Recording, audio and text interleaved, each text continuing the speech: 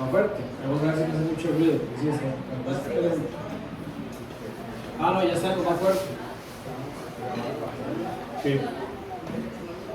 Aquí vamos a tener que agregar los ventiladorcillos. Exacto. Ok, ahí van los chicos.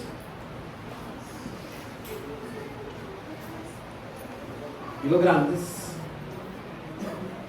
No sé si los grandes, ¿verdad? Los grandes sí, yo soy como muy grande. Los viejillos, nos quedamos aquí. Y vamos a continuar con las enseñanzas en 2 de Timoteo.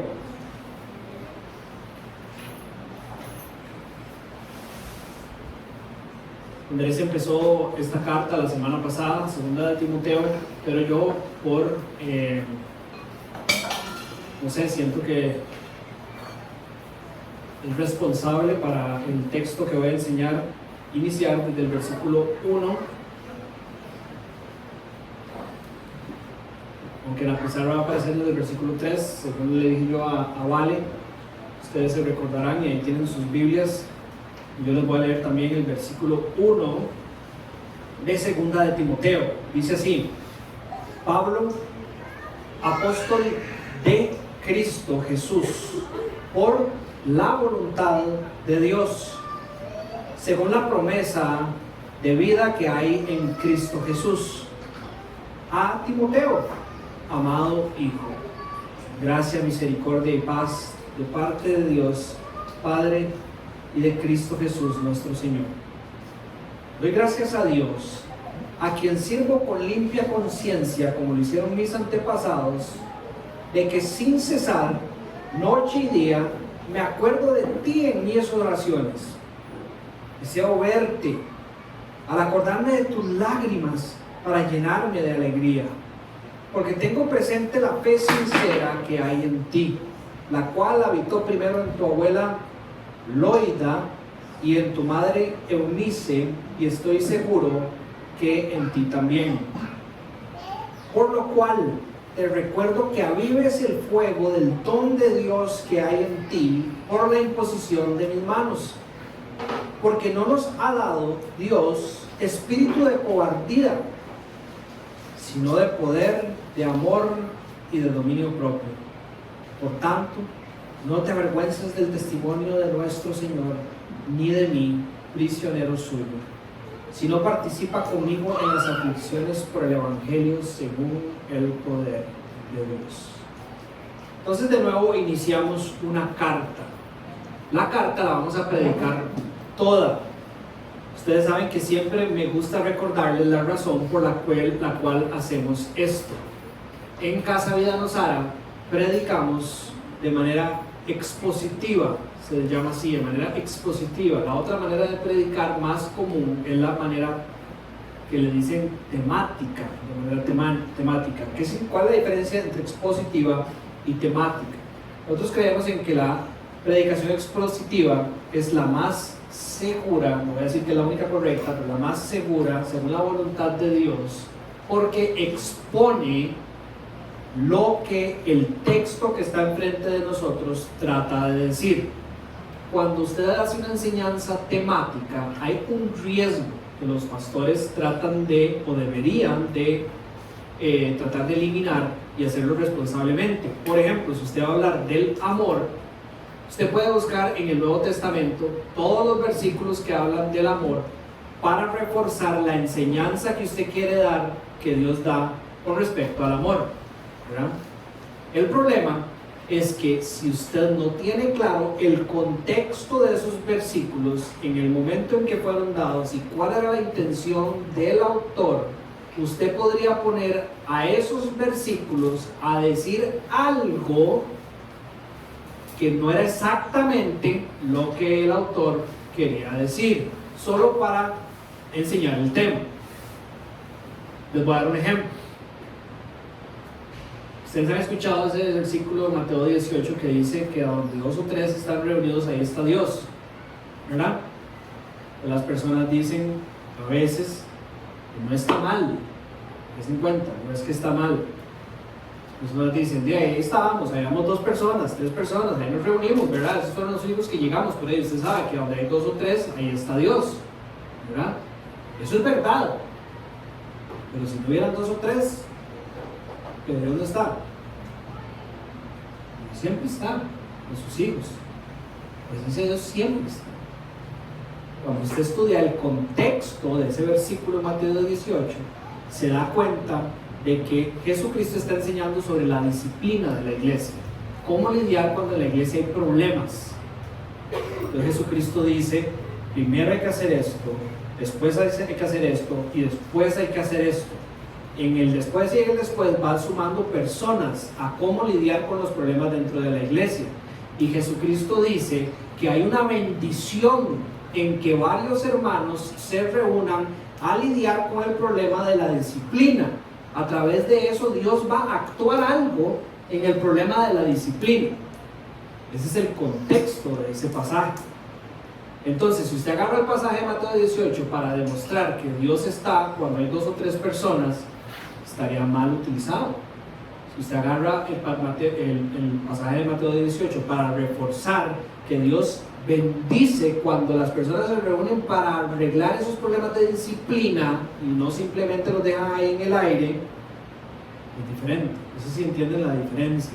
Las 2 enseñanzas pueden estar buenas, la temática y la expositiva, pero la intención de Jesús era cómo resolver problemas dentro de la iglesia, no reforzar a dónde está Dios, porque para eso hay otros pasajes que nos explican más a detalle que Dios está con nosotros siempre. Jesucristo le dijo a los discípulos, yo estaré con ustedes siempre, hasta el último de los días, no solo cuando están juntos. Cuando Pablo estaba siendo decapitado en Roma, como vemos al final de 2 de Timoteo, Dios estaba con él y no había ningún discípulo con él, ¿verdad? Entonces, ustedes saben lo que les estoy diciendo. Por eso creemos en la predicación expositiva, ¿verdad? Creemos además que es una manera muy segura de predicar todo el consejo de Dios como Él lo dio. Él no dio esta sección, Él nos dio una carta entera donde viene esta sección, ¿verdad? Entonces creemos que por medio de la predicación expositiva, escoger una carta, podemos enseñar todo el consejo de Dios de un solo tiro. Ustedes leen 2 de Timoteo 3:16 y 17, que está en esta carta, ¿verdad?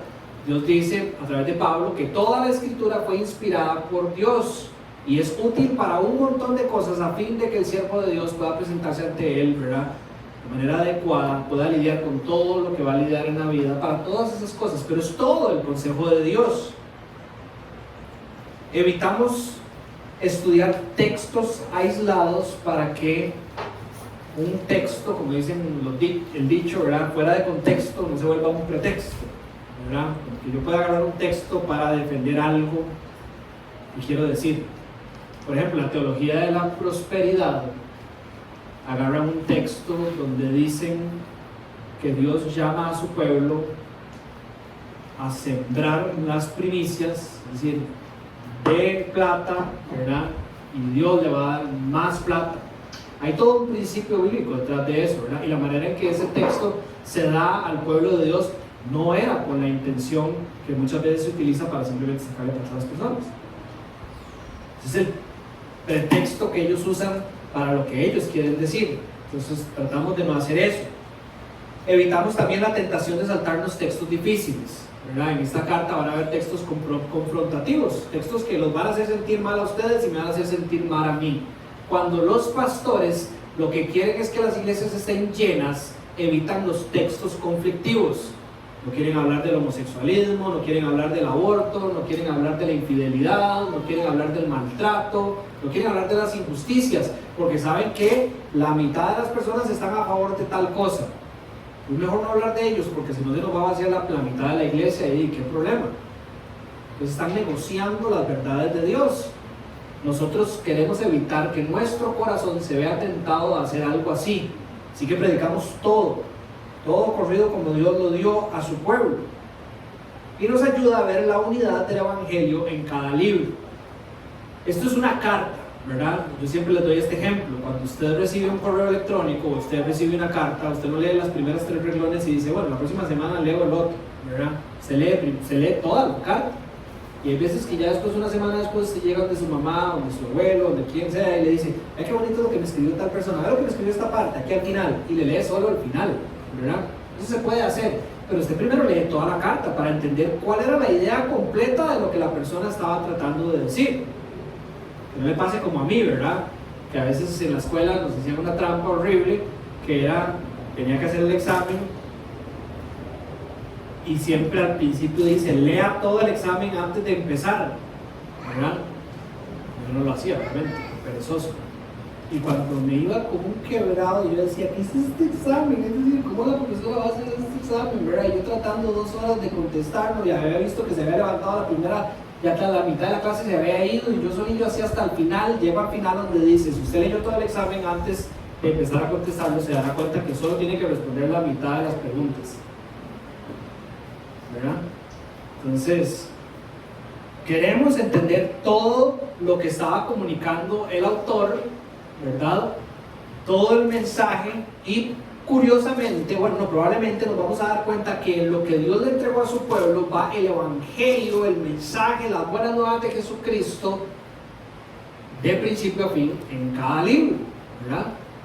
Si nosotros simplemente nos quedamos con lo que yo voy a predicar hoy, no estamos constantemente leyendo toda la carta, va a ser muy difícil entenderlo.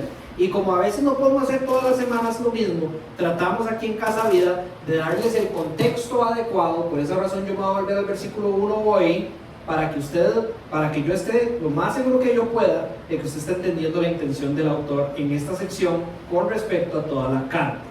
Y por último, fortalece el compromiso, la paciencia y deseo de la congregación por la palabra de Dios. ¿Por qué le digo esto? Porque usted puede sufrir de ser selectivo cuando va a la iglesia, ¿verdad? Mis papás, por ejemplo, van a una iglesia muy buena, pero se predica temáticamente. Y hay veces que, por ejemplo, dicen, vamos a hacer una serie la próxima semana que tiene que ver con la depresión. Y las personas dicen, pues yo no sufro de depresión, entonces como quien dice, se dan vacaciones por 3 semanas, ¿verdad?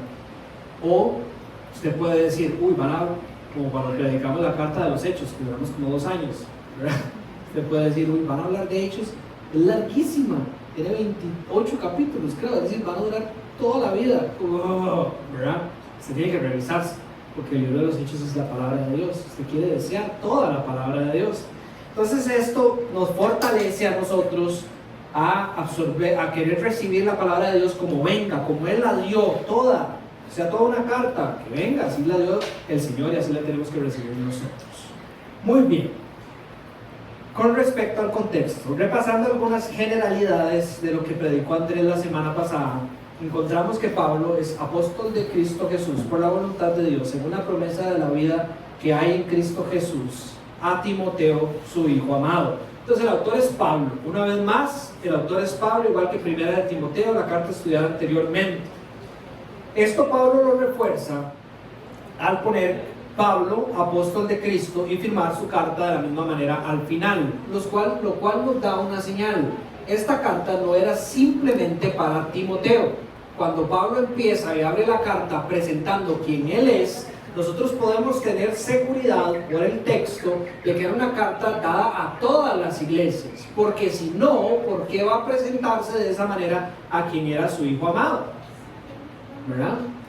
Dios inspiró a Pablo para que estas cartas no solo fueran de ánimo para Timoteo en el punto de su ministerio, sino también para que fueran de ánimo para todas las iglesias que iban a leer esta carta después. Un poco más del contexto de las 2 cartas de Timoteo. Recuerden que Timoteo, Pablo lo dejó en Éfeso para que formara las iglesias que ellos habían plantado cuando estuvieron en Éfeso. Pablo trabajó más de 2 años, según el libro de Hechos, en Éfeso, y después en uno de sus viajes deja a Timoteo atrás, y la primera carta y la segunda carta son cartas pastorales, pero no porque Timoteo sea pastor, sino porque Timoteo estaba encargado de mostrarle a las iglesias cómo pastorearse. De aquí que la carta iba a ser leída por toda esa región. Y también obviamente le da autoridad a la carta decir que viene del apóstol Pablo. Usted diría, bueno, sí, obviamente está en el Nuevo Testamento, son los que tienen autoridad. La historia de la iglesia no siempre ha sido así. El canon del Nuevo Testamento que usted tiene en sus manos se terminó de cerrar aproximadamente en el año 400 después de Cristo, ¿verdad? Fue cuando la gente dijo, sin duda estos, por la unidad, por la fidelidad, por la falta de error, por la manera en que la iglesia primitiva los ha leído, los ha estudiado y los ha proclamado, esto es verdaderamente lo que es palabra de Dios. Estos 66 libros, 39 en el Antiguo Testamento, 27 en el Nuevo Testamento. Gracias a que los apóstoles fueron fieles en explicar quiénes eran, es que también la iglesia pudo ayudarse a formar el canon. Y por último, también en esta introducción, aunque Andrés lo mencionó la semana pasada un poco, podemos ver la persona que Pablo es. Pablo se identifica como alguien que es apóstol de Cristo Jesús. Con esto, él está haciendo eco a otras palabras que utiliza en sus cartas. Ya yo no soy el que vivo es Cristo en mí. Ya este no es mi cuerpo, ya yo he sido comprado por su sangre. Y dése cuenta que esa es una característica de todo cristiano. Después dice que esto sucedió por la voluntad de Dios. Entonces Pablo se está identificando como alguien que recibe la gracia de Dios, un recipiente de la gracia de Dios. Dios en su voluntad soberana decidió salvar al apóstol Pablo. Eso está en Hechos capítulo 9. Ustedes saben que Pablo no amaba a la iglesia, la perseguía y la quería destruir. Aquí podemos ver cómo Pablo declara que es Dios el que ha tenido gracia sobre su vida y que por esa razón Él ahora le sirve. Todos los cristianos son recipientes de la gracia de Dios también. Dice según la promesa de vida que hay en Cristo Jesús. Y cuando usted estudia las diferentes traducciones se va a dar cuenta que puede encontrar según la promesa de vida. Eso quiere decir que Pablo es esta persona según lo que ha sido prometido que iba a ser dado a los santos a través de Cristo Jesús. En otras palabras, por el poder del Evangelio. Es decir, que las verdades de Cristo llegaron a los oídos de Pablo y que según esas promesas que ve en Cristo Jesús, el Evangelio, él fue transformado, recibió la gracia de Dios y ahora le sirve. Pero también puede significar que es por el beneficio del Evangelio. Entonces Pablo, un apóstol de Cristo, según la voluntad de Dios, por el beneficio del Evangelio. Y eso tiene que ver con la misión de Pablo. Entonces acabamos de ver 4 características de Pablo. Él es de Cristo, por la gracia de Dios, por medio del poder del Evangelio, para servir en su misión. ¿Por qué quiero hacer hincapié antes de continuar en esta carta con esto? Porque es muy natural que los seres humanos pongamos al apóstol Pablo en un pedestal muy alto, como que él era una persona que tenía algo que yo de fijo no tengo, porque vean mi vida y vean la de él. Pablo siempre que revela quién él es, se pone exactamente a la misma altura de todos aquellos que somos cristianos. No hay nada especial en Pablo. La única cosa especial que hay en Pablo es que la manera en que Dios lo utilizó, nadie más va a ser utilizado hasta que Cristo venga. Es decir, nadie va a ser inspirado con nueva palabra de Dios para escribirla y que sea un libro nuevo para la Biblia. Esa es la única diferencia. Pero es el mismo Espíritu. Cristo hizo la misma obra por medio de la gracia de Dios, por medio de la predicación del Evangelio de Jesucristo, para el plan que tiene Dios con la iglesia. Es igual que nosotros. Entonces, con eso claro, yo quiero que empecemos a animarnos, lo cual es el propósito general de esta carta, un mentoreo de Pablo, donde Pablo quiere animar a Timoteo en su ministerio, animarnos nosotros también al ministerio que sea que Dios nos ha llamado, porque a todos nos ha llamado a un ministerio. Ya vamos a hablar de esto un poco más adelante. Entonces, específicamente, a partir del versículo 3, ¿de qué manera Pablo anima a Timoteo para la obra de su ministerio, que puede ser de ánimo para la obra que se nos ha sido encomendada a nosotros aquí en Nosara? Número 1,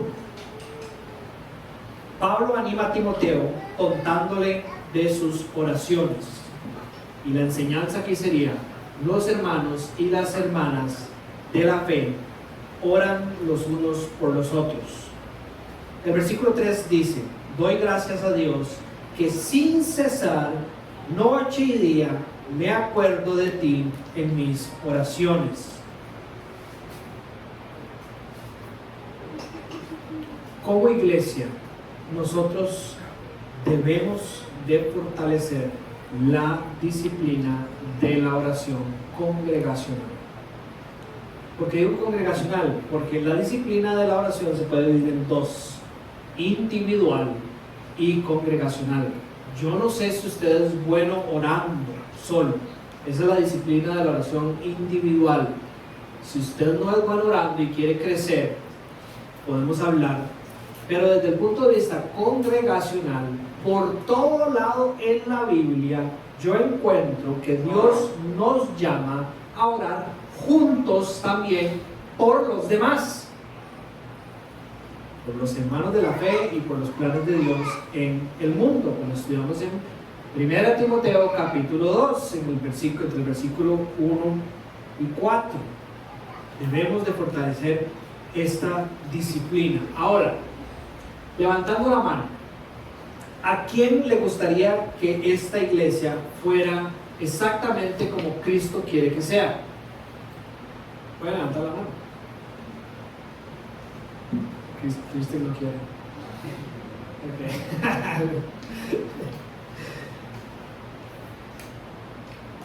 La disciplina de la oración es un medio. El fin es ser la iglesia que Cristo quiere. Si nosotros queremos ser la iglesia que Cristo quiere y no estamos orando juntos los unos por los otros como iglesia, no vamos a llegar a ese fin. ¿Me entienden? Uno no puede alcanzar el fin sin el medio que fue dado para ese fin. Si nosotros como congregación no estamos orando juntos, no tiene que ser todos juntos siempre, pueden ser 4 antes de ir a surfear, dedicar un ratito para la oración, o reunirse para almorzar y dedicar un ratito para la oración, o en los estudios bíblicos al final dedicar un ratito para la oración. Si no estamos siendo intencionales para orar los unos por los otros, es muy difícil que lleguemos a alcanzar el fin. Pablo anima a Timoteo en medio de la dificultad en la que estaba, ¿sabe? Diciéndole, estamos utilizando el medio para que tú puedas llegar al fin que Dios quiere con las iglesias en la región de Éfeso. Recuérdense, esto lo predicó Andrés la semana pasada, pues se lo voy a decir nada más para que estén también con esto claro en el tema del contexto. Se cree que la carta de 2 Timoteo tuvo que haber sido escrita antes del año 68. ¿Por qué? Porque los historiadores registran que Nerón, el emperador romano que estaba en esta época, murió en el 68. Nerón se hizo famoso en la historia de Roma porque Roma se incendió bajo la autoridad de Nerón, cuando él era el emperador. Se cree que fue Nerón el que le prendió fuego. Nerón estaba totalmente loco, ¿verdad? Pero para quitar todas las sospechas de su nombre, Nerón culpó a la clase que las personas menos aceptaban en ese momento, que eran los que seguían una nueva religión, que no estaban dispuestos a declarar a Nerón como Dios, porque los emperadores romanos se creían Dios, ¿verdad? Había un grupo nuevo en la sociedad en los años recientes, en los últimos 50 años, ¿verdad? 30 años en este caso, que se hacían llamar cristianos, que decían que solo había un Dios y no era el emperador. Entonces nos digo, ¿saben quién quemó la ciudad? Ese grupo. Y a causa de eso, aproximadamente en el año 66, se cree, empezó una persecución demasiado grande contra los cristianos. De ahí que Pablo termina en la cárcel, siendo uno de los líderes que estaba en Roma predicando el evangelio, y de ahí que su vida terminaría en la cárcel antes de que terminara la de Nerón. Entonces, si Pablo estaba en la cárcel antes de que muriera Nerón murió en el 68, y sabemos que primera de Timoteo ya Pablo había sido liberado de la cárcel, se cree que tuvo que haber sido entre el año 66 y 67 que Pablo escribe esta carta. Pero para que se den una idea, la persecución por la cual Pablo estaba siendo prisionero en esa cárcel es la misma que estaba sufriendo Timoteo afuera en las iglesias. Pues había mucho para estar desanimado, mucho para estar preocupado, y mucho también por lo cual estar orando. Pablo le dice, nosotros estamos usando el medio que Dios ha dejado para que tú llegues al fin que Dios ha marcado, la oración.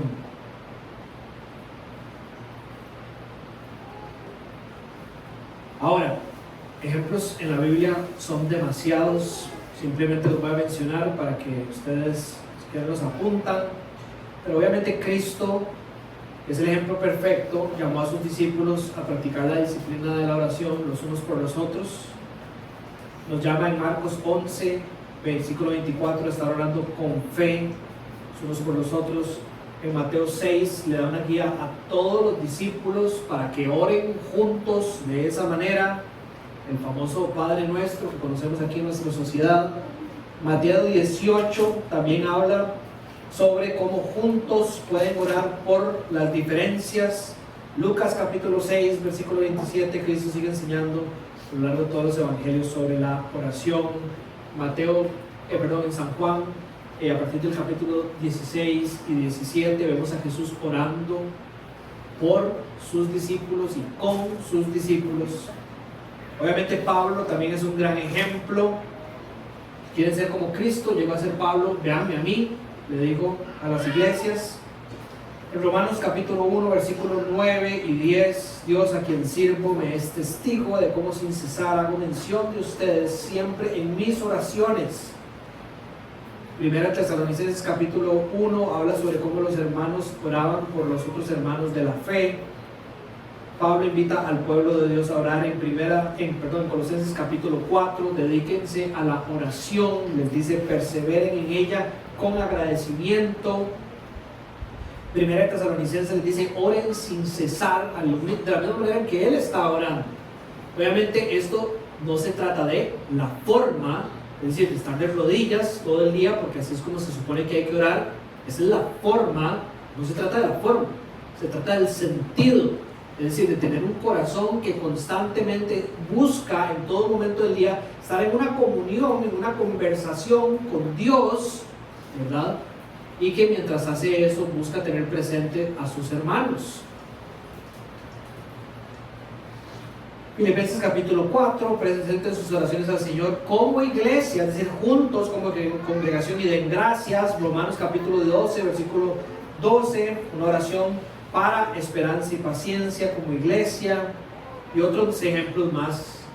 Hebreos capítulo 4, versículos 16 y 17, acérquense confiadamente al trono de la gracia para alcanzar misericordia y encontrar gracia. Como iglesia, cristianos, podemos acercarnos al Señor. Primera de Juan capítulo 5, versículo 15, también oración confiando en Dios, es el apóstol Juan. Santiago capítulo 5, versículo 16, oración los unos por los otros, los ancianos orando, los más maduros orando por los más jóvenes en la fe. Y después en el capítulo 1, versículo 6, orando para encontrar sabiduría y guía en el tiempo de prueba. Entonces, en síntesis, la oración es de suma importancia en la vida de la iglesia. Nosotros como iglesia no vamos a poder llegar al fin que Dios tiene para Casa Vida Nosara si no usamos el medio por el cual vamos a encontrar la dirección para hacer esas cosas. Cuando hacemos reuniones de consejo, nos preguntamos ¿por qué estamos haciendo lo que hacemos? ¿Por qué estamos haciendo el Kids Ministry los sábados? ¿Por qué estamos recibiendo misiones?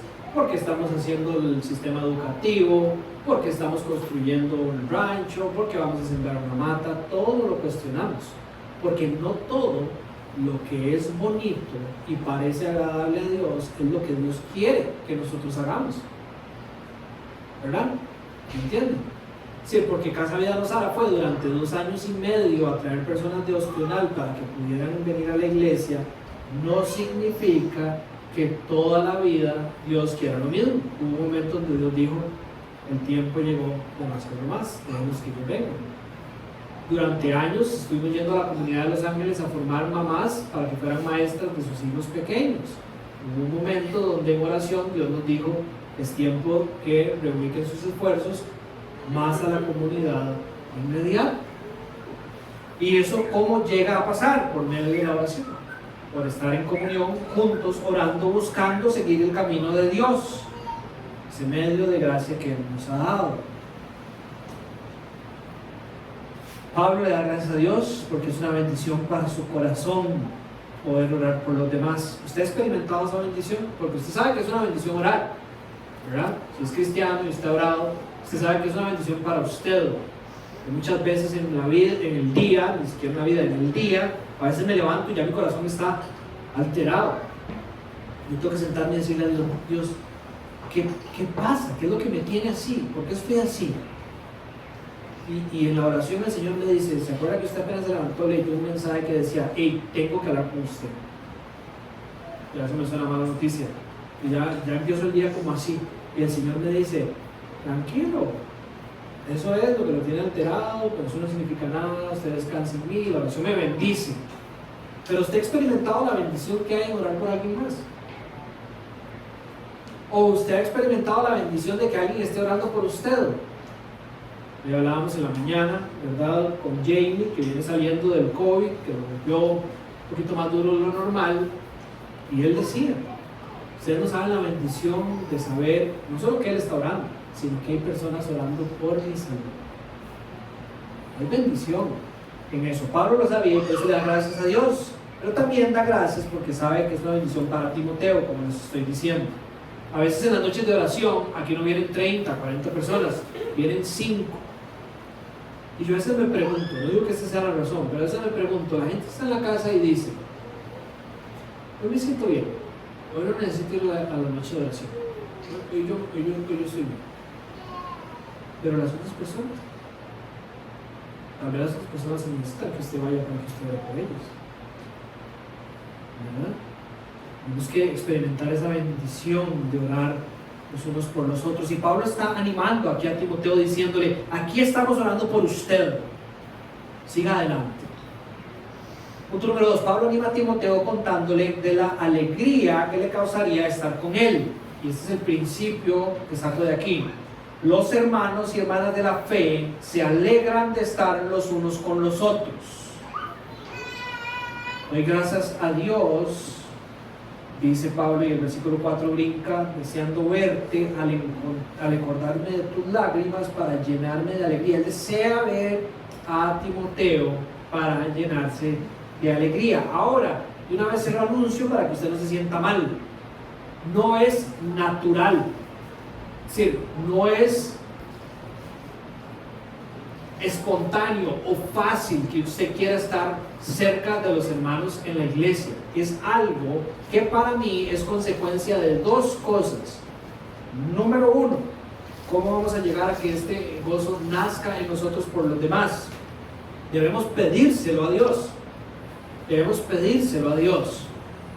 Pablo está dándole gracias a Dios porque Dios no solo le ha permitido estar con Timoteo, sino que constantemente en sus oraciones lo hace recordarse de las lágrimas de Timoteo. No sabemos por qué Timoteo estaba llorando, ¿verdad? Pero si usted estudia la Biblia, ahí se registra ese momento donde Pablo deja a Timoteo en Éfeso y podríamos asumir que es cuando hubo esa separación, después de un ministerio tan fuerte como el que ellos tuvieron, que hubo lágrimas, ¿verdad? Como cuando uno llora cuando va a dejar de ver a alguien por algún tiempo. Puede ser que de ahí sea. Dios permite recordar las lágrimas de Timoteo, y cuando Pablo recuerda las lágrimas de Timoteo, su corazón se llena de un gozo y le causa un deseo volver a estar con ese hermano que él describe en la introducción como su hijo amado. Es decir, hay un amor entre ellos. Pero Pablo ora, en oración es donde experimenta ese tipo de cosas. Entonces tenemos que pedírselo a Dios. Ahora, los que saben o conocen, digamos, en Gálatas capítulo 5 se describe lo que es el fruto del Espíritu Santo, y ahí se habla sobre el amor y también se habla sobre el gozo. Usted puede escoger la palabra que usted quiera con respecto a la traducción que usted tenga. Aquí se habla de alegría, se puede traducir gozo en inglés, pero también tiene que ver con el amor los unos por los otros. Es el hijo amado, Timoteo, de Pablo.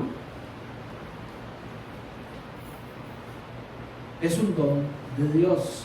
Dios ya se lo ha dado a usted. Si usted tiene el Espíritu Santo viene con el fruto, con la posibilidad de que usted dé ese fruto en su vida. ¿Quién sabe los frutos del Espíritu Santo?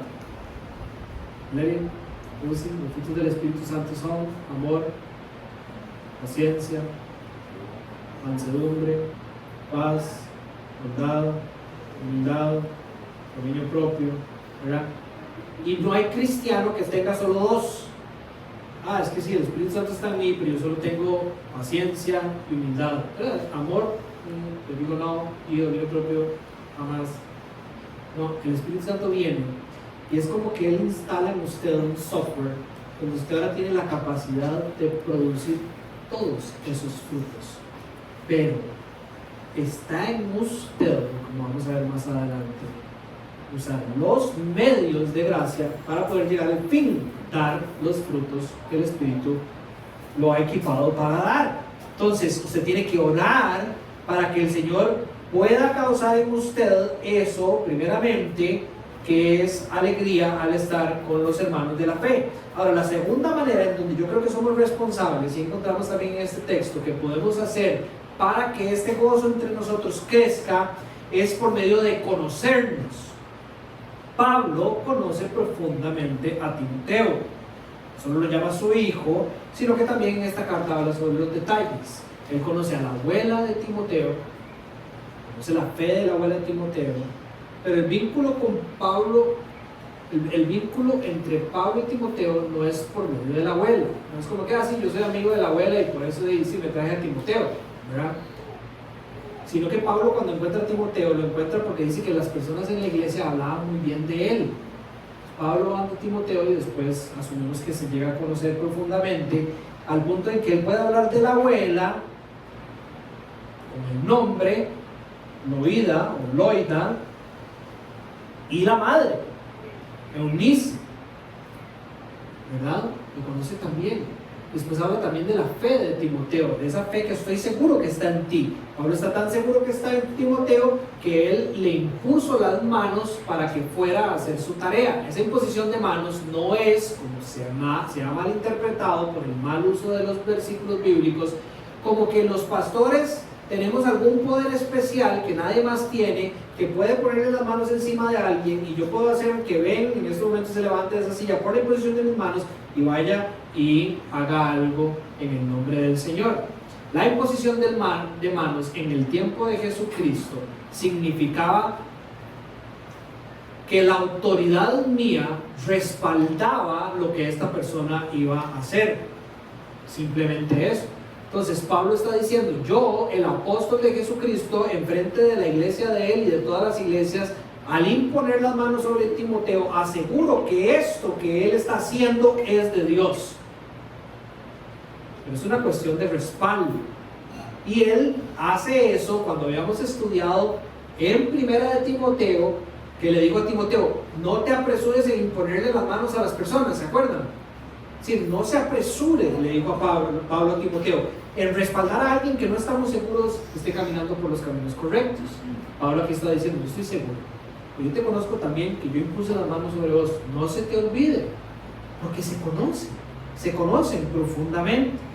Conoce la familia, conoce su pasado, conoce sus batallas. Él sabe que la mamá de Timoteo se casó con un hombre griego, ¿verdad? Acuérdense que Timoteo no estaba circuncidado, por esa razón sabemos que su padre era griego. Se describe también en otra parte de la Biblia de esa manera. Pablo lo circuncida después por su fe, para no ser piedra de tropiezo en las sinagogas. Lo conoce como la palma de su mano, y eso hace que él pueda gozarse y recordarlo con amor y con gozo. Esto no significa que en todo tengan que ser mejores amigos. Esto no significa que en todo tengan que ser mejores amigos. Les voy a dar un ejemplo.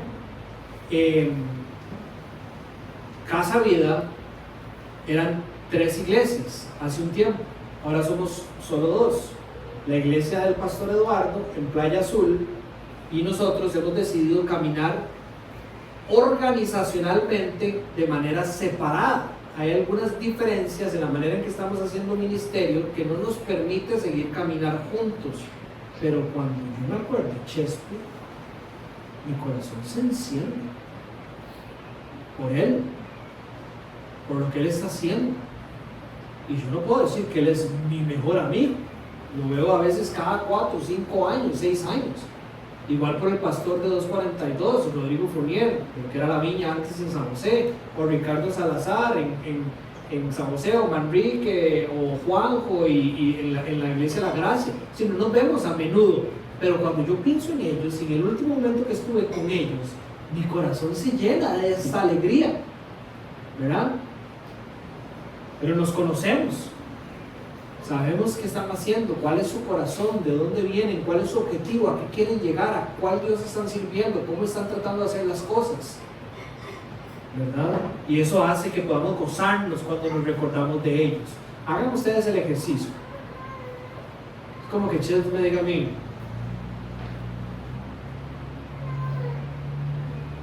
cuando usted piensa en mi tío, que es otro pastor de una iglesia en Heredia, ¿usted qué? ¿Se llena igual de gozo que cuando piensa en Juanjo, en la iglesia de la Gracia? No. Yo sé que él está haciendo cosas buenas, está sirviendo al Señor ahí valientemente, pero yo no me lleno de gozo. ¿Y cuál es la diferencia? Si está haciendo lo mismo que Juanjo, y que yo no lo conozco. Yo no lo conozco. Debería de orar para conocerlo más, si les da una oportunidad, pero a veces no podemos, ¿entienden? Pero el conocernos, el ser intencionales en conocernos dentro de la iglesia local, va a causar que no gocemos de estar los unos con los otros. Y eso definitivamente es fundamental y nos va a llenar de ánimo para caminar el camino que Dios tiene para nosotros aquí caminando en Sara.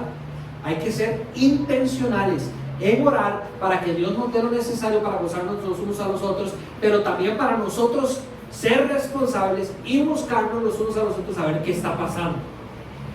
Y a veces es muy difícil, y de una vez se lo puedo decir: yo no soy ni el mejor, y si ustedes están pensando que para estar bien en esta iglesia tienen que sentarse conmigo una vez por semana a tomar café, no lo van a lograr.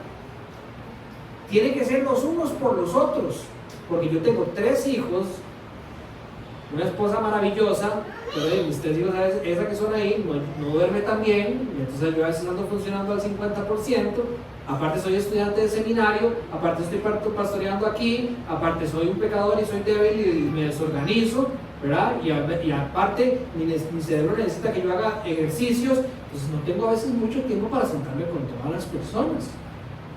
Entonces a veces me cuesta saber los detalles de todas las personas para conocerlos de la manera en que yo sé que el Señor quiere, pero yo sé que la iglesia no se sostiene ni por mí ni por ustedes, se sostiene por Cristo, y Cristo les va a dar a ustedes lo necesario para que se puedan juntar, se puedan escuchar y puedan de nuevo orar los unos por los otros para conocerse y para que sientan ese gozo de venir a reunirse y de hacer cosas juntos como iglesia, y de ahí la fortaleza necesaria para vivir la vida. Chicos, solo falta estar vivos 5 minutos para darse cuenta que todos, como hombres, como padres, como mujeres, como esposas, novias, pasamos cosas demasiado duras y solos no lo vamos a lograr. Necesitamos de otros y otros necesitan de nosotros. Pero es nuestra responsabilidad hacer que esa ecuación funcione. Jesucristo dijo en San Juan capítulo 13, versículo 35: sabrán quiénes somos por el amor que tenemos los unos por los otros. Tiene que ser una característica de esta iglesia. Creo que las palabras de Pablo nos animan para amarnos, para poder alegrarnos al estar los unos con los otros. 3. Pablo anima a Timoteo apuntándolo hacia los caminos de Dios. En principio, los hermanos y hermanas en la fe se animan los unos a los otros a caminar los caminos de Dios. Versículo 6: por lo cual te recuerdo que avives el fuego del don de Dios que hay en ti por la imposición de mis manos. Es una instrucción: avives el fuego del don de Dios. Pablo mismo no es ajeno a este sentimiento. Él sabe lo importante que es que otros hermanos le aviven ese fuego.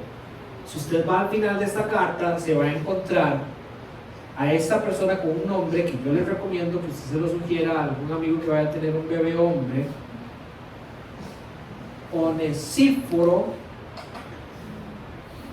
No le suena. Complicado.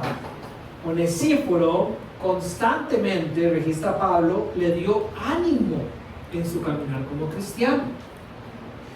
Es beneficioso que recibamos ánimo de las personas con las que caminamos en la iglesia. Y usted es responsable de animar a los demás y viceversa. ¿Cuál es la razón del comentario de Pablo de avivar ese fuego? No sabemos si es que Timoteo estaba cansado. Recuérdense que lleva tiempo luchando contra los falsos maestros en las iglesias de Éfeso, o simplemente es una instrucción general. Constantemente estén buscando animarse los unos a los otros y avivando el fuego del don de Dios. Ahora, una nota teológica. ¿Podemos nosotros avivar el don que ha sido dado por Dios? Es decir, es Dios el que da el don. Yo puedo hacer algo para hacerlo funcional, y es importante que quiero hacer esta aclaración, porque muchas veces los cristianos, que todos los cristianos reciben dones del Espíritu para servir a su iglesia, se sientan en la sala de su casa y dicen: vea Dios, si usted a mí me dio un don, pues póngalo a funcionar, porque yo no sé cuál es, y si no, yo aquí me quedo quedito. No, la Biblia dice que a todos se nos han sido dones. Y lo que yo encuentro aquí es que Pablo le está poniendo la responsabilidad a Timoteo de avivarlo o de mantenerlo vivo. Es nuestra responsabilidad. No le eche la culpa a Dios. Si ven, llega un día a mí a decirme: y vieras que seguro a mí Dios me quitó el don, porque vieras que ya no disfruto tanto tocar enfrente de la iglesia, un toque, vamos a revisar, ¿verdad? Porque si hay algo que no aparece en la Biblia, y no por esto que no sea bíblico, es que Dios quite los dones así como simplemente para que usted se quede sin hacer nada dentro de la iglesia. Dios puede llamar a una persona a hacer algo diferente dentro de la iglesia, pero la persona siempre está haciendo algo que edifica a su iglesia. No hay ningún lado en la Biblia donde aparezca que Dios le va a quitar los dones a Bernie y le va a decir: Bernie, siéntese ahí por 2 años, usted no va a hacer nada para bendecir a esta iglesia. Entonces hay que tener cuidado. Hay gran responsabilidad en nosotros de mantener los dones que Dios nos ha dado vivos. Y de nuevo, volvemos a la oración y volvemos al apoyo necesario del resto de los hermanos en la fe, que llegan donde una persona como Gabo y le dicen: Gabo, ¿qué estás haciendo con el don de enseñanza? Porque te hemos escuchado enseñar. Estoy usando de ejemplo, pero al mismo tiempo lo estoy regañando. Te hemos visto enseñar, soy muy bueno explicando. ¿Qué estás haciendo con eso? ¿Qué vas a hacer? Te animo a que lo hagas. Y Gabo va a decir: y no sé, es que es como que me da miedo, como que yo no sé si yo tengo lo adecuado. Gabo, suave. Porque después del versículo 6 viene el versículo 7. Dios no nos ha dado un espíritu de cobardía, sino nos ha dado un espíritu que parece que tiene todo lo necesario para que Gabo avive el fuego. Poder. Y la definición de la palabra poder incluye una obra milagrosa en el contexto de la palabra en griego. Es decir, no es como el poder de que yo puedo empujar las sillas, sino como de que yo soy capacitado como un poder divino para hacer la tarea de correr las sillas. Entonces Gabo tiene algo en él que Dios le ha dado, que es a través del Espíritu un poder para poder avivar el fuego. Además, amor. No solo un amor por Dios, sino un amor por la iglesia para usar el fuego, para usar el don. ¿Me entienden? Sí, no solo el espíritu de Gabo no solo le ha dado amor por hacer lo que Dios quiere, sino que ahí también hay lo necesario para que Gabo ame tanto a las personas que están alrededor de él, para que él ponga al servicio su don, aunque le dé un poco de miedo, aunque no se sienta tan seguro, pero para bendecirles a ellos, como Dios lo manda. Él tiene un espíritu que tiene la capacidad de avivar ese don y de dominio propio. Entonces es que no puedo. Vamos a la frase de Pío, que no está aquí. Es que yo quiero, pero no puedo. eso está fuera de contexto, yo tenía razón cuando lo dijo, ¿verdad? Pero digamos, sí podemos hacer lo que Dios nos pide. Y Él nos ha dado un espíritu que puede refrenarnos de caminar en dirección contraria, como caminó Jonás hacia Tarsis en vez de irse para Nínive. Nosotros sí podemos frenarnos de no querer alejarnos del Señor y decir: yo tengo el poder y lo necesario para caminar en esta dirección. Ese es el espíritu que Dios nos ha dado. Con ese espíritu estamos siendo animados por Pablo para caminar en la obra que el Señor nos ha llamado a cumplir. Para eso nos ha dado su palabra, donde encontramos la dirección por medio de la oración y por medio de la comunión de los santos. Para eso nos ha dado la capacidad de producir un fruto agradable a Él por el poder de su Espíritu. Para eso nos ha dado una armadura para poder cubrirnos de los ataques del enemigo y batallar, salir exitosos, como estudiamos también en Primera de Timoteo. Y nos ha dado también la iglesia. El Señor nos ha dado la iglesia para caminar en toda buena obra. Si usted está caminando alejado de la iglesia, probablemente no va a poder caminar en la obra que Dios tiene para usted. Y eso nos lleva al punto final de hoy. Pablo anima a Timoteo a caminar valientemente. Los hermanos y las hermanas en la fe no se avergüenzan de la familia de la fe, ni del Dios que se las ha dado. Versículo 8: por tanto, no te avergüences de mi testimonio, no te avergüences del testimonio de nuestro Señor, ni de mi prisionero suyo, sino más bien, dice, participa conmigo en las aflicciones por el Evangelio según el poder de Dios. Entonces, claramente, Pablo no se avergüenza por el Evangelio. Nosotros tampoco deberíamos de avergonzarnos del Evangelio. Romanos 1:16 dice: no me avergüenzo del Evangelio porque es el poder de Dios para la salvación de los hombres, de todos aquellos que han sido escogidos por Él y van a creer. Aún así, usted puede entender completamente el Evangelio aquí, lo que es, pero sentir vergüenza para compartirlo. Me ha pasado, yo sé que esta iglesia no pasa, como que usted siente que estuvo en algún momento donde tuvo que compartir el Evangelio y se echó para atrás.